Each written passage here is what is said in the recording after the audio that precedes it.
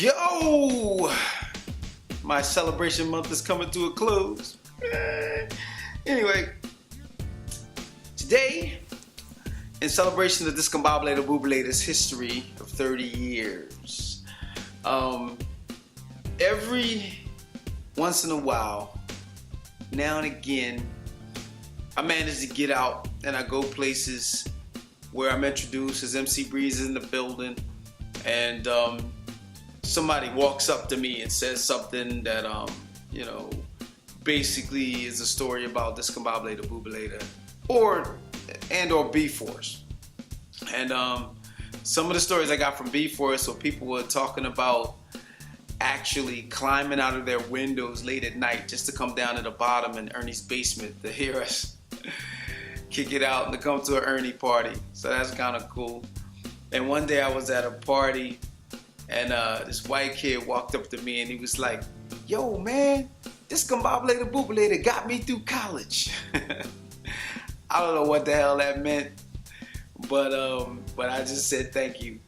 And it's interesting back then how music traveled. There wasn't no internet or anything like that. Music traveled through cassette tapes. So basically somebody was here in Philly, they record Discombobulatorbubalator off the radio, then they take that tape and they'll put it in the mail and send it to their buddy in Idaho. I just saw on my wall in response to another video I put up. One guy said he played it for his buddy and he was actually Chinese, and the guy, when he played the song, he had a great big grin on his face, and but he still enjoyed the record. So then one real interesting thing I got from a guy real close to me. He said that when he first heard Discombobulatorbubalator, it basically was the day that he started to rap. He said that Discombobulatorbubalator didn't have the boundaries that he thought that rap had at the time, and because of its creative freedom, and it had success with the creative freedom. I mean, here's a record, I'm talking about Captain Crunch and Chinese food, and so he said that basically when he heard that song, it appealed to his sense of creativity, and there was a lot of things that he wanted to say that he thought that were just not going to work or didn't fit in, and Discombobulatorbubalator stood out on its own, and it gave him the faith to go ahead and write his music, and he ended up making records as well. Then there's another story. There was a guy who sent me a text to my guest book at mcbreeze.com. It's no longer up, but he said that in Toronto that the kids would be walking to school, and one kid would just start, every morning I wake up, I eat Captain Crunch, and then he said like all the kids walking to school would end up saying the rhyme together. I thought that was interesting, really interesting, because I never been to Canada. And to know, I mean, I've known now, but to know that somebody is jamming to your music, man, in places you've never been is a real special thing. And was another story. There was a guy who also texted me in the guest book, and he was like, "Yo, what's up, Breeze? It's a pleasure to meet the real MC Breeze." He said, "Guess what?" He said, back in the day when Discombobulatorbubalator came out, there was after Discombobulatorbubalator was out around in '88,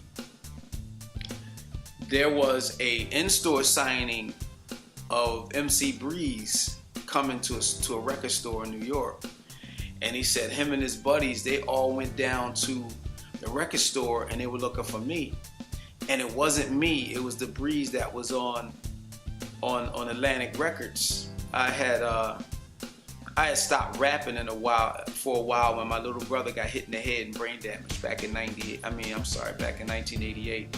And while I was not making records, Sylvia Rome of Atlantic Records put out another Breeze. And if you ever notice, you don't, on his albums, it doesn't say MC. It only says Breeze. So at least they had the courtesy to not steal the whole name. And so he said that they went to the record store and found out it was him, and they clowned him the whole time he was there, telling him he was whack, he wasn't the original, he didn't start it. So that was like another interesting story. And so those are things that I come across when people come to me and say, yo, you made Discombobulatorbubalator. Let me tell you my story. So I mean, music has a way of documenting a time in history. Like, when you hear a song, it reminds you of a particular time in your life. Like rest in peace, Maurice White. I mean, there's a song, a Magic Box from Earth, Wind and Fire, I'll never forget. And oh man, that song takes me back to 55th and Vine, the projects I grew up in back in the 70s. And whenever I hear that song, I think about this girl I was going with.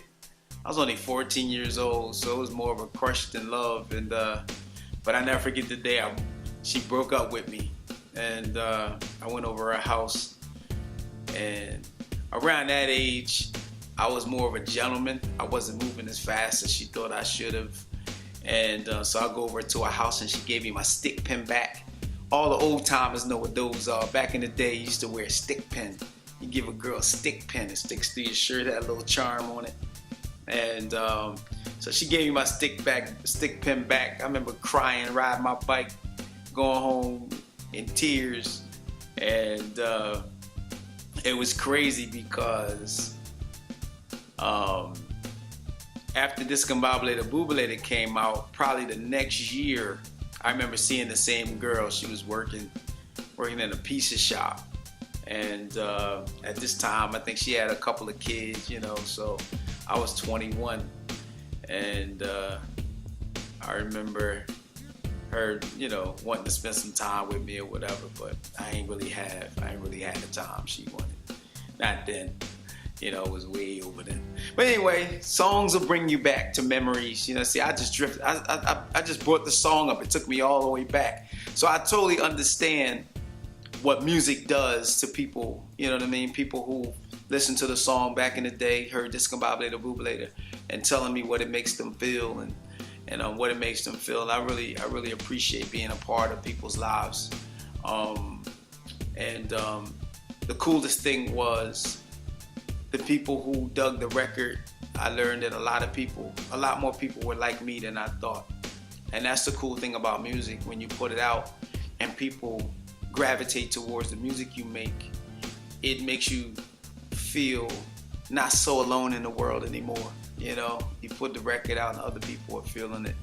And that's the beauty of music, and the beauty that song brought to my life is it opened up a whole world of brand new people to me.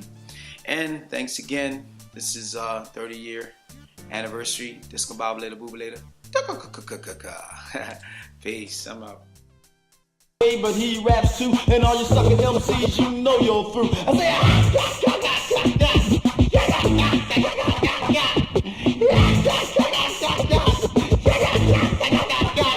it's like this y'all, like this y'all, like this y'all, this y'all, this y'all, that y'all, that y'all, that y'all, that y'all. Keep it on, keep it on, keep it on, keep it on, keep it on, keep it on. Stop.